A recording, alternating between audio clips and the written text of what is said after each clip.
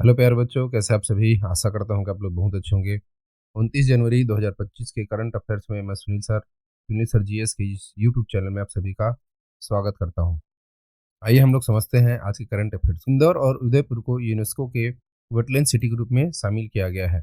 UNESCO ने Ramsar सम्मेलन के तहत इंदौर और उदयपुर को वेटलैंड सिटी के रूप में अंतर्राष्ट्रीय मान्यता प्रदान कर दी गई है। अब ये दोनों शहर दुनिया के 31 वेटलैंड सिटी में शामिल हो गए हैं। इंदौर को उसके स्वच्छ भारत अभियान के उत्कृष्ट प्रदर्शन के लिए, साथ ही साथ इन्होंने जल निकाय में जो अपना विशेष महत्व प्रदान किया है, जैसे कि जल निकायों में संरक्षण और पुनर्वास के लिए महत्वपूर्ण पहल जो कि इसके तहत इनको शामिल किया गया है। वहीं उदयपुर को हम लोग झीलों की नगरी के नाम से जानते हैं, झीलों का शहर बोलते हैं। इन्होंने झीलों को पारंपरिक विज्ञान और आधुनिक तकनीकों से झीलों को पुनर्जीवित किया गया है। ऐसे झील जिसमें पानी या तो कम हो गया था, पूरी तरह से खत्म हो गया था, उनको उन्होंने आधुनिक तकनीकों के द्वारा पुनर्जीवित समझते हैं। वेटलैंड सिटी होता क्या है, तो यहाँ पे समझने की कोशिश करते हैं। वो एक अंतर्राष्ट्रीय संगठन है जो कि शिक्षा, विज्ञान, संस्कृति के क्षेत्र में काम करता है। इसका मतलब यह हुआ कि यह दुनिया भर में सांस्कृतिक, प्राकृतिक से महत्वपूर्ण स्थानों को पहचानता है और उन्हें संरक्षित करने में अपना महत्वपूर्ण योगदान देता है। जब भी कोई शहर इसकी संस्कृति या ऐतिहासिक विशेषताओं के कारण महत्व रखता है, उसे यूनेस्को अपने द्वारा विश्व धरोहर में घोषित कर देता है। अब यूनेस्को द्वारा किसी भी शहर को विश्व धरोहर में घोषित होने के कारण उस शहर को क्या बेनिफिट होता है, उसको समझते हैं। तो सबसे पहला फायदा उस शहर को होता है, उस शहर का संरक्षण हो जाता है। यह दर्जा मिलने के कारण शहरों को संरक्षित करने में मदद मिलती है। देखिए, संरक्षित करने में मदद मिलती है, साथ ही साथ यूनेस्को में शामिल होने के बाद उनको जो स्थानीय सरकारें हैं, चाहे राज्य सरकार की बात करें, चाहे केंद्र सरकार की बात करें, इनको संरक्षण के लिए ये क्या करने लगते हैं, काम करने लगते हैं। दूसरा इसका जो फ़ायदा है, इनको ना पर्यटन में बहुत अच्छा महत्व मिलता है, फ़ायदा मिलता है पर्यटन में। विश्व धरोहर में शामिल होने वाले लोकप्रिय जो स्थान है, उनको पर्यटन में भी बढ़ावा मिलता है। लोग इससे स्थानीय अर्थव्यवस्था को भी फ़ायदा होता है। तीसरा जो है, इसको विशेष पहचान मिलता है।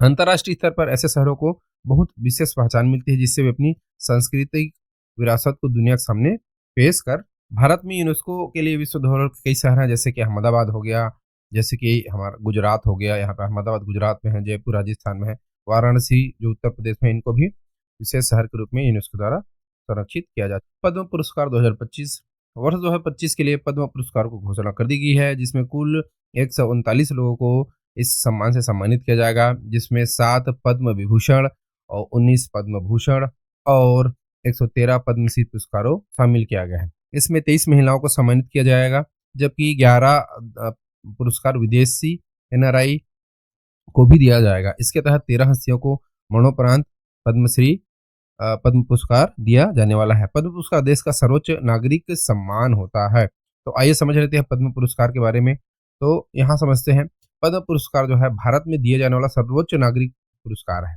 पद्म पुरस्कारों के प्रकार के बारे में बात करें तो पद्म पुरस्कार पहला होता है पद्म विभूषण, दूसरा होता है पद्म भूषण और तीसरा होता है पद्मश्री। यह पुरस्कार जो असाधारण और विशिष्ट सेवा के लिए दिया जाता है। यह भारत का दूसरा सर्वोच्च नागरिक सम्मान है। तो आप लोग ये बताइए मेरे को कि पहला जो सर्वोच्च नागरिक सम्मान क्या होता है, उसको आप बिल्कुल कमेंट बॉक्स में कमेंट करके बताइएगा। तीसरा नंबर का जो पद्म पुरस्कार जिसको हम बोलते हैं पद्म भूषण, यह उच्च कोटि की विशिष्ट सेवा के लिए दिया जाता है। भारत का तीसरा सर्वोच्च नागरिक पुरस्कार है। उसके बाद आता है पद्मश्री। यह पुरस्कार किसी क्षेत्र में विशिष्ट सेवा के लिए दिया जाता है। यह भारत का चौथा सर्वोच्च नागरिक पुरस्कार कौन कौन से क्षेत्र में दिए जाते हैं। यहाँ देखिए, पद्म पुरस्कार निम्नलिखित क्षेत्रों में दिए जाते हैं। पहला जो है कला के क्षेत्र में, दूसरा सामाजिक कार्य करने वाले व्यक्तियों को, तीसरा सार्वजनिक मामले में, विज्ञान और इंजीनियरिंग के क्षेत्र में, व्यापार उद्योग के क्षेत्र में, चिकित्सा के क्षेत्र में भी दिए जाते हैं, साहित्य शिक्षा के क्षेत्र में, खेल के क्षेत्र में भी दिए जाते हैं और ये सम्मान जो है सिविल सेवा के क्षेत्र में भी दिए जाते हैं। पद्म पुरस्कारों का चयन कैसे होता है? पद्म पुरस्कारों को चयन करने के लिए एक समिति नामों का चयन करती है, जिनका गठन भारत सरकार के द्वारा किया जाता है। इस समिति का विभिन्न प्रकार के विशेषज्ञ शामिल होते हैं, जिसमें नामों की सिफारिश प्रधानमंत्री और राष्ट्रपति से तक जाती है। राष्ट्रपति द्वारा इन पद्म पुरस्कारों की घोषणा की जाती है, मतलब फाइनल में राष्ट्रपति ही इनको घोषित करते हैं कि भाई इन लोग पद्म पुरस्कार दिया जाना चाहिए। पद्म पुरस्कारों का महत्व क्या होता है? पद्म पुरस्कार में भारत को बहुत प्रतिष्ठित माने जाते हैं। यह पुरस्कार उन्हीं लोगों को सम्मानित करते हैं जिन्होंने अपने क्षेत्र में उत्कृष्ट क्या किया है, योगदान दिया है और देश के लिए महत्वपूर्ण कार्य किया है। इन पुरस्कारों को प्राप्त करने वाले लोगों को समाज में सम्मान मिलती है और पुरस्कार के बारे में थोड़ा जानकारी और देख लेते हैं। पद्म पुरस्कारों की जो घोषणा है वो हर साल 26 जनवरी के अवसर पर की जाती है। पद्म पुरस्कार प्राप्त करने वाले लोगों को राष्ट्रपति भवन में एक समारोह में क्या किया जाता है, सम्मानित किया जाता है। ये पुरस्कार हर साल दिए जाते हैं। तो इस तरह से पद्म पुरस्कार के बारे में हमने जानकारी देखी। आगे समझते हैं। राकेश कदानिन का नाम London book of world record में दर्ज किया गया। हरियाणा के नूर जिला के जेल विभाग में कार्यरत राकेश कादियान जी ने 2 दिन में माउंट एवरेस्ट में, जो माउंट एवरेस्ट की ऊंचाई है, इसको आप बिल्कुल नोट करके रखिए, एग्जाम में पूछा जा सकता है, 8,848 मीटर ऊंचा है। और माउंट हेल्सवे नामक जो पहाड़ है, इन्होंने इसमें सफल चढ़ाई करके लंदन बुक ऑफ वर्ल्ड में अपना रिकॉर्ड दर्ज कराया है। राकेश कदाइन जी ने राष्ट्रीय और अंतर्राष्ट्रीय स्तर के एथलीट भी हैं, जिनके नाम पर अभी तक 42 गोल्ड और 30 सिल्वर मेडल भी हैं। ये पहली बार इन्होंने कारनामा नहीं किया है, इनके पहले ही इन्होंने बहुत अच्छा एथलीट के रूप में कार्य किया हुआ है। और 2024 में हरियाणा के मास्टर एथलीट के रूप में 110 मीटर और 400 मीटर का बाधा दौड़ में इन्होंने गोल्ड मेडल हासिल किया था। 2012 में जेल विभाग के द्वारा अंतर्राष्ट्रीय खेलों में इन्होंने सिल्वर मेडल भी हासिल किया। आगे देखते हैं वीरता पुरस्कार 2025 के बारे में। तो गणतंत्र दिवस 2025 के ऊपर राष्ट्रपति ने वीरता पुरस्कारों को भी मंजूरी दी है, जिसमें से 2 कीर्ति चक्र, 14 शौर्य चक्र, जिसमें से कीर्ति चक्र में 1 को मरणोपरांत दिया गया है, शौर्य चक्र 14 इन्होंने दिया है, तो इसमें 3 मरणोपरांत दिया गया है, और 1 बार 2 सेना मेडल सहित 66 सेना मेडल, 7 को मरणोपरांत दिया गया है, 2 सेना मेडल और 8 वायु सेना मेडल शामिल किया गया है। इसके अलावा 30 परम विशिष्ट सेवा मेडल, जिसमें 5 जो है उत्तम युद्ध सेवा मेडल, 57 अति विशिष्ट सेवा मेडल, 10 जो है युद्ध सेवा मेडल और 1 बार टूर सेना मेडल जो ड्यूटी के टाइम में दिया जाता है, 43 मेडल ड्यूटी और 8 सेना मेडल ड्यूटी और 15 सेना मेडल वो भी ड्यूटी के दौरान प्रदान किए गए हैं। इस तरह से टोटल इन्होंने क्या किया है, वीरता पुरस्कार 2025 की घोषणा राष्ट्रपति जी के द्वारा कर दी गई है। अभी हम लोग समझते हैं वीरता पुरस्कार होता क्या है। तो चलिए देखते हैं वीरता पुरस्कार क्या होता है। तो यहाँ पे हम लोग समझने की कोशिश करते हैं कि भारत में वीरता पुरस्कार 2 श्रेणियों में दिया जाता है। देखिए, पहला जो है वीरता पुरस्कार दिया जाता है भारत में युद्धकालीन वीरता पुरस्कार, दूसरा जो है शांतिकालीन वीरता पुरस्कार। तो समझते हैं कि युद्धकालीन वीरता पुरस्कार, ये पुरस्कार युद्ध के समय असाधारण वीरता और साहस दिखाने वाले सैनिकों को दिया जाता है। दूसरा शांति काल में, ये पुरस्कार शांति के समय में असाधारण वीरता और साहस दिखाने वाले नागरिकों को दिया जाता है। नागरिक का मतलब है सैनिकों को, या नागरिक भी हो सकते हैं, जरूरी नहीं हर बार सैनिक को ही दिया जाए, नागरिक को भी दिया जा सकता है। युद्धकालीन वीरता पुरस्कार में कौन कौन सा वीरता पुरस्कार शामिल किया गया है, जिसमें सबसे पहले आता है जिसको हम लोग बोलते हैं परमवीर चक्र। यह भारत का सर्वोच्च युद्धकालीन वीरता पुरस्कार है, जो कि दुश्मन के सामने असाधारण वीरता और साहस दिखाने के लिए दिया जाता है। उसके बाद महावीर चक्र है, यह दूसरा सर्वोच्च युद्धकालीन वीरता पुरस्कार है, यह भी दुश्मन के सामने असाधारण वीरता और साहस दिखाने के लिए दिया जाता है। तीसरा जो वीर चक्र पुरस्कार है, जिसको हम लोग वीर चक्र के नाम से जानते हैं, यह तीसरा है। पहला परमवीर हो गया, दूसरा महावीर हो गया, तीसरा वीर हो गया। यह सर्वोच्च तीसरा नंबर का युद्धकालीन वीरता पुरस्कार है। युद्ध के समय बहादुरी दिखाने के लिए भी हमारे सैनिकों को ये दिया जाता है। शांतिकालीन वीरता पुरस्कार की अगर बात करें तो पहला नंबर पे आता है अशोक चक्र। यह जो है शांतिकालीन वीरता पुरस्कार के लिए दिया जाता है। यह सैनिकों और नागरिक दोनों को दिया जा सकता है, जिन्होंने असाधारण साहस और वीरता का प्रदर्शन किया हो। कीर्ति चक्र यह शांति के समय दिए जाने वाला दूसरा सर्वोच्च वीरता पुरस्कार है। पहला तो हो गया अशोक चक्र और दूसरा हो गया कीर्ति चक्र। तीसरा होता है शौर्य चक्र की बात में हम लोग बात करें तो तीसरा यह शांति के समय दिया जाने वाला सर्वोच्च वीरता पुरस्कार है। और अन्य वीरता पुरस्कार की हम लोग चर्चा करें, बात करें तो अन्य वीरता पुरस्कार है जैसे सेना मेडल, दूसरा होता है नौसेना मेडल और तीसरा होता है वायुसेना मेडल। पुरस्कारों का महत्व अगर हम लोग बात करें तो ये पुरस्कार भारत में बहादुरी और साहस को सम्मानित करते हैं, साथ ही वे लोगों को प्रेरित करते हैं जो अपनी जान में जोखिम डालकर दूसरों की जान बचाते हैं या देश की रक्षा करते हैं। इन पुरस्कारों को प्राप्त करने वाले व्यक्तियों को समाज में बहुत अच्छा सम्मान दिया जाता है और युवाओं के लिए प्रेरणा स्रोत भी बनते हैं। भारत में वीरता पुरस्कार युद्ध और शांति दोनों के समय असाधारण साहस और वीरता दिखाने के लिए दिया जाता है। साथ ही साथ यह सैनिकों के अलावा नागरिकों को भी दिया जा सकता है। इसमें परमवीर चक्र, अशोक चक्र, महावीर चक्र, कीर्ति चक्र और वीर चक्र जैसे प्रमुख पुरस्कार शामिल है। ये देश के बहादुर और साहस सम्मान के लिए दिया जाता है, जिससे लोगों के लिए वे प्रेरणा स्रोत बनते हैं। Global plastic action partnership, world economic forum WEF के द्वारा 2025 में वार्षिक बैठक में 7 नए देश जिसमें कि Angola, Bangladesh, Gabon, Guatemala, Kenya, Senegal और तंजानिया, इन देशों को ग्लोबल प्लास्टिक एक्शन पार्टनरशिप से जोड़ा गया है। अब ये पहल कुल 25 देशों में शामिल हो गया है। इन देशों को उद्देश्य प्लास्टिक कचरे को कम करना है, टिकाऊ सामग्रियों को बढ़ावा देना है और रिसाइकलिंग सिस्टम को मजबूत करना है। अब तक की $3.1 बिलियन निवेश जुटाया जा चुका है। Smriti Mandhana ICC one day cricketer of the year चुनी गई है। स्मृति मंधाना 2024 में महिला वनडे अंतर्राष्ट्रीय क्रिकेट में असाधारण प्रदर्शन के लिए खुद को एक अग्रणी बल्लेबाज के रूप में स्थापित किया। उन्होंने 13 मैचों में 747 रन बनाए हैं और वर्ष की शीर्ष रनर स्कोरर बनी है। उनका औसत 57.86 और स्ट्राइक रेट 95.15 रहा है। उनकी संतुलन और आक्रामक शैली को दर्शाता है। साल के दौरान स्मृति मंधाना ने 4 शतक लगाए हैं, जो कि महिला वनडे क्रिकेटर का एक नया रिकॉर्ड है। अब हम लोग समझते हैं आईसीसी के बारे में, थोड़ा सा जानकारी हम लोग जुटाते हैं। आईसीसी एक अंतर्राष्ट्रीय क्रिकेट परिषद है। इसका काम खेलों को अंतर्राष्ट्रीय स्तर पर संचालित करना और उसका विकास करना होता है। आईसीसी के बारे में कुछ महत्वपूर्ण तथ्य के बारे में हम लोग बात करें तो इनका मुख्यालय जो है, पहले देखते हैं इनकी स्थापना कब हुई। इनका स्थापना हुआ 15 जून 1909 को हुई थी। इसका मुख्यालय दुबई संयुक्त अरब अमीरात में स्थित है।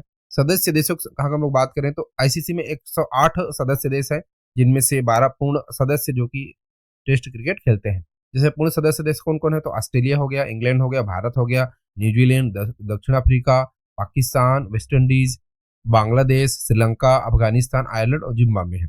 एसोसिएट देश कौन है? ये देश क्रिकेट खेलते हैं लेकिन टेस्ट क्रिकेट नहीं खेलते, मतलब वनडे क्रिकेट खेलते हैं और टेस्ट क्रिकेट नहीं खेलते हैं। 2 सदस्य बताए पूर्णकालिक जो सदस्य होते हैं वो दोनों खेलते हैं, या तो टेस्ट भी खेलेंगे वनडे भी खेलेंगे। और ऐसे देश जो केवल वनडे खेलते हैं, टेस्ट नहीं खेलते हैं, इसको एसोसिएट सदस्य देश बोलते हैं। आईसीसी के कार्य क्या है? खेल के नियमों का निर्धारण करना। जो भी हम लोग क्रिकेट वगैरह देखते हैं, खेलते हैं, इनके लिए नियम तय किए गए हैं। यह नियम सुनिश्चित रूप से पालन किया जा रहा है कि नहीं किया जा रहा है, इन्हीं को देखता है आईसीसी। अंतर्राष्ट्रीय टूर्नामेंट का भी आयोजन करवाता है, जैसे कि आईसीसी क्रिकेट परिषद, आईसीसी वर्ल्ड कप जिसको हम लोग बोलते हैं, ICC T20 cup, ICC champion trophy, ICC test champion trophy, ICC under nineteen cricket विश्व कप। आईसीसी के विकास के बारे में चर्चा करें तो आईसीसी विश्व स्तर पर क्रिकेट को खेलों को बढ़ावा देता है, साथ ही साथ अंपायर और रेफरी को भी क्या करता है? प्रशिक्षण प्रदान करता है। क्रिकेट के भ्रष्टाचार का भी निपटान आईसीसी के द्वारा ही रोका जाता है। आईसीसी का महत्व कुछ महत्व, आईसीसी को दुनिया भर में एक संगठित और मान्यता प्राप्त खेल बनाया है। मतलब क्रिकेट पहले उतना वैल्यूबल नहीं था, उतने लोग उसको खेलते नहीं थे, पर आईसीसी के आने के बाद ही क्रिकेट को दुनिया भर में एक संगठित किया गया और मान्यता इन्होंने आईसीसी ने दिया। यह विभिन्न देशों में क्रिकेट के बीच सांस्कृतिक और संबंधों को भी बढ़ाता है, सुनिश्चित करता है कि क्रिकेट में निष्पक्षता और ईमानदारी के साथ खेला जाए। मतलब यह है कि क्रिकेट के लिए आईसीसी को ही बनाया गया है। नेशनल जियोग्राफिक दिवस 2024 की बात करें हम लोग, यह हर साल 27 जनवरी को मनाया जाता है। इसकी शुरुआत 27 जनवरी 1888 को नेशनल जियोग्राफिक सोसाइटी के स्थापना के उपलक्ष्य में हुई थी, जिसका उद्देश्य भूगोल विज्ञान, अन्वेषण विज्ञान को बढ़ावा देना है। साथ ही साथ ये सोसाइटी विश्व के सबसे बड़े गैर लाभकारी वैज्ञानिक संगठित शैक्षणिक संस्थानों में से एक है। यह अपनी प्रतिष्ठित पत्रिका शोध संरक्षण प्रयासों के अभियान के लिए जानी जाती है। वृंदावन के बांके बिहारी मंदिर को मिला है FCRA का लाइसेंस। केंद्रीय गृह मंत्रालय ने उत्तर प्रदेश के वृंदावन स्थित बांके बिहारी मंदिर को विदेशी अंशदान अधिनियम FCRA के तहत लाइसेंस प्रदान किया गया है, जिसके तहत यह जो मंदिर है विदेशी धनराशि को भी अब स्वीकार कर सकते हैं, स्वीकार कर लेंगे। यह स्वीकृति अदालती हस्तक्षेप के बाद आई है, जिसे मंदिर के प्रबंधक के लिए एक समिति का गठन किया गया था। इस समिति के लिए अंतर्राष्ट्रीय दान की आवश्यकता को ध्यान में रखते हुए FCRA का लाइसेंस के लिए आवेदन किया था, जिसको मान्यता दे दी गई है। अब बांके बिहारी मंदिर को FCRA का लाइसेंस मिल जाएगा। अभी थोड़ा समझते हैं FCRA लाइसेंस क्या होता है। तो अगर मैं FCRA लाइसेंस के बारे में बताऊं तो इसको बोलते हैं फॉरेन कंट्रीब्यूशन रेगुलेशन एक्ट। यह एक ऐसा संस्था है या ऐसा लाइसेंस है या एक ऐसा कानूनी दस्तावेज है, जिसके द्वारा जो गैर सरकारी संगठन है, जो NGO है, अन्य संगठन है, जो विदेश से धन प्राप्त करने की अनुमति देता है। इसका मतलब ये हुआ कि अगर आप इस लाइसेंस के अंडर आप पात्र हो गए तो आप जो है अपनी संस्था में विदेशों से भी क्या कर सकते हैं? धन मंगा सकते हैं। यह है विदेशी अंशदान अधिनियम 2010 भारत सरकार के द्वारा बनाया गया कानून है। यह कानून भारत में विदेशी धन के प्रवाह को नियंत्रित करता है। यह सुनिश्चित करता है कि यह धन राष्ट्र हित के खिलाफ इस्तेमाल ना हो। तो यह कानून के तहत ही ये नियम बनाया गया था, तभी जाकर के इनको ये मिला हुआ है। अब IRFC लाइसेंस जरूरी क्यों है? यदि कोई NGO संगठन विदेश से धन प्राप्त करना चाहता है तो उसको FCRA का लाइसेंस लेना सुनिश्चित करना होता है। इसके बिना वे कानूनी रूप से विदेश से धन प्राप्त नहीं कर सकते। यह लाइसेंस यह भी सुनिश्चित करता है कि विदेश के धन का उपयोग केवल वैध उद्देश्यों के लिए किया जा रहा है। कोई उस धन का उद्देश्य सरकार के खिलाफ या फिर गैर कानूनी कार्य के लिए तो नहीं किया जा रहा है। ये भी ये लाइसेंस के द्वारा सुनिश्चित किया जाता है। विदेशी धन भारत में संप्रभुता अखंडता को नुकसान पहुंचाने के लिए उपयोग न किया, जिसका भी ध्यान ही इसी लाइसेंस के द्वारा रखा जाता है। विदेशी धन का उपयोग देश की सामाजिक और आर्थिक विकास में योगदान देने के लिए ही किया जाए, यह भी सुनिश्चित कौन करता है? एफसीआरए का लाइसेंस, इसलिए ये लाइसेंस लेना अनिवार्य हो जाता है। एफसीआरए लाइसेंस कौन-कौन आवेदन कर सकते हैं, इसके बारे में थोड़ा समझते हैं। तो कोई भी एनजीओ, नॉन गवर्नमेंट ऑर्गेनाइजेशन या नॉन प्रॉफिट ऑर्गेनाइजेशन जो कि निम्नलिखित मानदंडों को पूरा करे, वो भी इस आवेदन के ये लाइसेंस के लिए आवेदन कर सकता है। जैसे कि संगठन का पंजीकरण होना चाहिए, सोसाइटी के नाम से पंजीकृत हो जाए या ट्रस्ट भी हो सकता है। संगठन कम से कम 3 साल से सक्रिय होना चाहिए। संगठन में पिछले 3 वर्षों में सामाजिक क्षेत्र में कुछ महत्वपूर्ण कार्य किया गया हो। संगठन एक स्थापित प्रबंधीय ढांचा और वित्तीय लेखा-जोखा भी होना चाहिए। एफसीआरए लाइसेंस के लिए आवेदन कैसे कर सकते हैं? यह ऑनलाइन आवेदन किया जा सकता है। इसको आपको गृह मंत्रालय, मिनिस्ट्री ऑफ होम अफेयर्स की वेबसाइट पर जाना होगा। आवश्यक दस्तावेज के साथ इसको जमा करने होंगे। आवेदन की प्रक्रिया में कुछ समय लग सकता है। सरकार विभिन्न चरणों में आवेदन आप जांच करती है, फिर आपको लाइसेंस देती है। आईआरएफसी लाइसेंस एक बार में 5 वर्षों के लिए ही मान्य होता है। ये बात आप लोग विशेष ध्यान रखेंगे। जैसे कोई व्यक्ति इसके लिए या कोई संस्था या कोई ट्रस्ट को लाइसेंस मिलता है तो आजीवन के लिए नहीं मिलता, केवल केवल 5 वर्षों के लिए मान्यता दी जाती है। इसके बाद इस लाइसेंस को नवीनीकृत किया जा सकता है। एफसीआरए लाइसेंस प्राप्त करने वाले संगठनों को विदेशी धन के उपयोग के बारे में वार्षिक रिटर्न दाखिल करना होता है। उनको ये बताना होता है कि आपके द्वारा आपके पास जो विदेशी धन आ रहे हैं उसका इस्तेमाल आप किन किन चीज़ों में कर रहे हैं। यदि कोई संगठन अधिनियम को उल्लंघन करता है तो उसका लाइसेंस को भी रद्द किया जा सकता है। तो इस तरह से एफसीआरए लाइसेंस प्राप्त करके विदेशों से धन लिया जा सकता है। अब हम लोग समझते हैं ऑनलाइन क्वेश्चन के बारे में। तो यह देखो, यूनेस्को ने रामसर सम्मेलन के दौरान इंदौर और उदयपुर को किस दर्जे में सम्मिलित किया गया है? तो अभी आपको थोड़ी देर पहले बताया गया था कि वेटलेट सिटी का दर्जा जो है इनको दिया गया है। वर्ष 2015 में पद्म विभूषण पुरस्कारों की संख्या कितनी है? तो यहाँ पे टोटल संख्या है 7। इसमें हाल ही में किस भारतीय का नाम माउंट एवरेस्ट और माउंट पर चढ़ाई करने के लिए London book of world record में दर्ज किया गया है, जिनका नाम है राकेश कदानिन। निम्नलिखित में से कौन सा एक शांतिकालीन वीरता पुरस्कार नहीं है?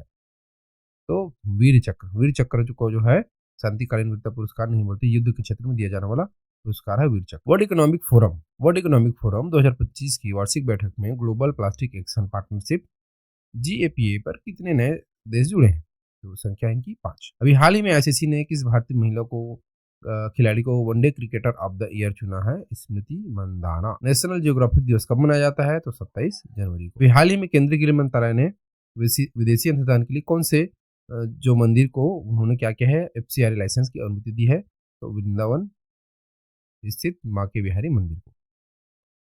वर्ल्ड क्वेश्चन देखते हैं। जस्टिस जगदीश खेहर को कौन सा पुरस्कार मिला है? तो इनको पद्म विभूषण से सम्मानित किया गया है। अभी हाल ही में राकेश कदानिन का नाम London book of world record में दर्ज किया गया है। वो कौन से शहर से, मतलब कौन से राज्य से है? तो हरियाणा से। हाल ही में वीरता पुरस्कार के लिए उपलक्ष्य में दिए जाने वाले देश उनकी बहादुरी के लिए वीरता पुरस्कार देता है। विश्व आर्थिक मंच WFP की स्थापना कब हुई थी? तो 1971 में। यूनेस्को का रामसर कन्वेंशन कब लागू हुआ था? तो 1975। हाल ही में आईसीसी ने स्मृति मंदाना को किस पुरस्कार से सम्मानित किया है? One day cricketer of the year. National geographic society की स्थापना कब की गई थी? 27 जनवरी 1888 को। विदेशी अंशदान एफसीआरए अधिनियम 1976 में लागू किया गया था। हाल ही में फिक्की ने फेम्स के ब्रांड एम्बेसडर के रूप में किसे नियुक्त किया है? तो आयुष्मान खुराना को। आईसीसी पुरुष T20 ऑफ द ईयर 2024 को कप्तान किसे नियुक्त किया गया है? तो रोहित शर्मा।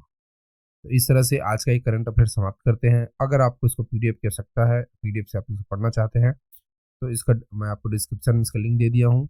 आप डायरेक्ट हमारे एप्लीकेशन को डाउनलोड करके वहाँ से भी फ्री PDF पढ़ सकते हैं, या तो आप टेलीग्राम को भी ज्वाइन करके PDF ले सकते हैं। साथ ही साथ में इसमें सेपरेट लिंक भी दे दिया हूँ। डायरेक्ट आप उस लिंक को क्लिक करिए और